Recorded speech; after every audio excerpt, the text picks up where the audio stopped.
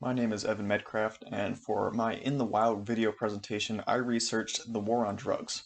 This issue intrigued me because combating drug abuse and addiction is an honorable goal in itself, but the war on drugs came to be known for creating racial disparities in sentencing and the institution of mass incarceration.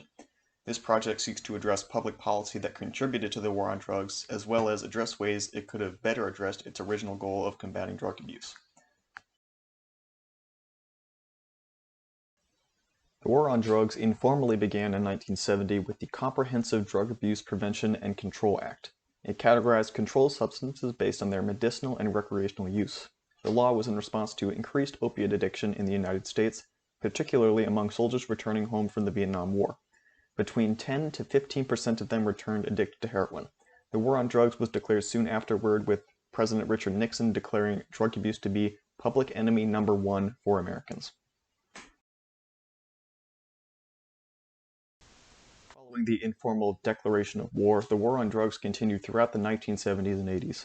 The Drug Enforcement Agency, or DEA, was created in 1973, and more legislation was passed in the 1980s, including the Comprehensive Crime Control Act of 1984, which cracked down on marijuana and created the United States Sentencing Commission, and the Anti-Drug Abuse Act of 1986, which was later amended in 1988.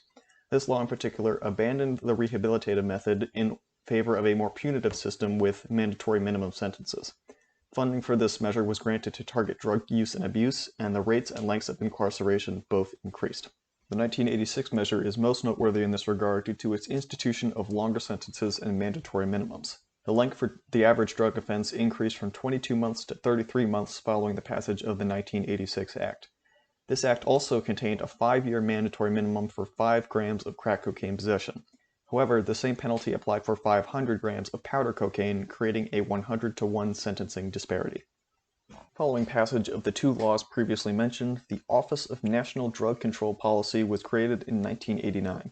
The leader of this office, colloquially known as the Drug Czar, runs the department and advises the president on the implementation of national drug policy.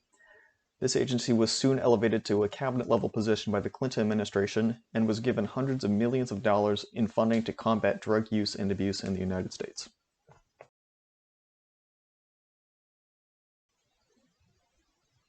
By the turn of the millennium, the tide was starting to turn on the war on drugs. This mostly revolved around the belief that the laws and police were specifically targeting African Americans and other minorities. This was primarily seen through the 100-to-1 disparity in penalties between crack and powder cocaine.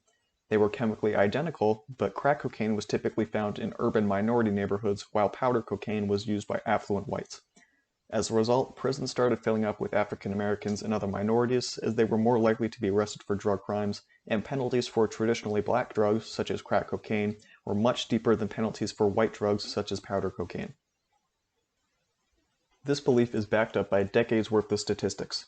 According to Human Rights Watch, by 1988, blacks constituted 37% of all drug arrestees and 53% in all urban areas, despite only making up 12.1% of the American population.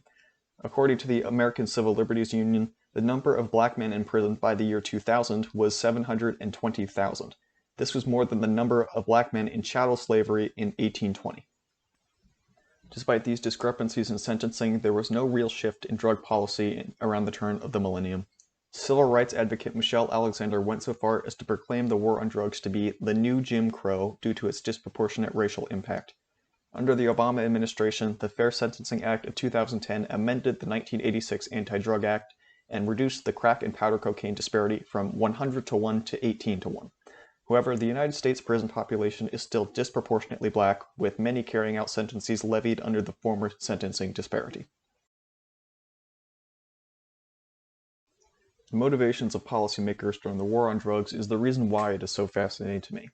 It was a noble effort with a noble goal, but was undercut by severe racial overtones. The sentencing disparities and rates of imprisonment among races have been established, but in 1994, John Ehrlichman, a domestic strategist for President Nixon, said of the war on drugs that the Nixon campaign in 1968 and the Nixon White House had two enemies, the anti-war left and black people. They knew that they couldn't make it illegal to be either against the war or against being black, but by getting the public to associate the hippies with marijuana and blacks with heroin, and then criminalizing both heavily, they could disrupt those communities, arrest their leaders, and vilify them night after night on the evening news.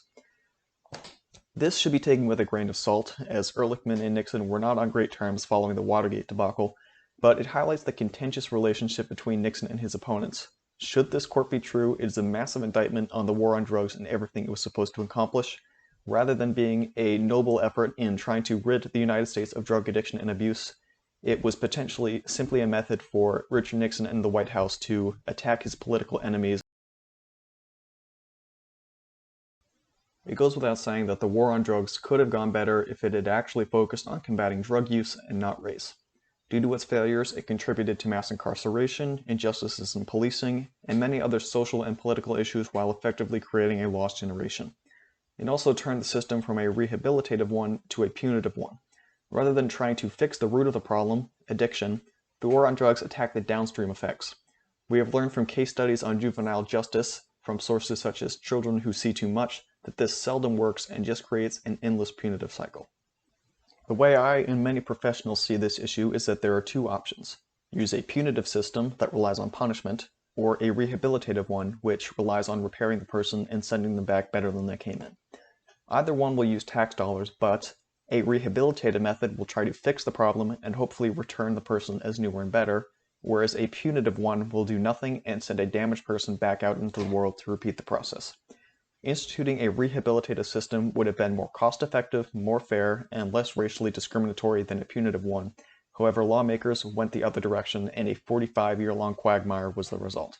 The war on drugs should be seen as a massive policy failure and a tragic missed opportunity.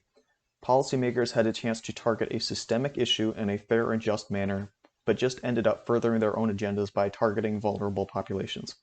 Ultimately, the United States government failed in its duty to protect its most vulnerable citizens and became the aggressor in a generations-long conflict that tore the country apart.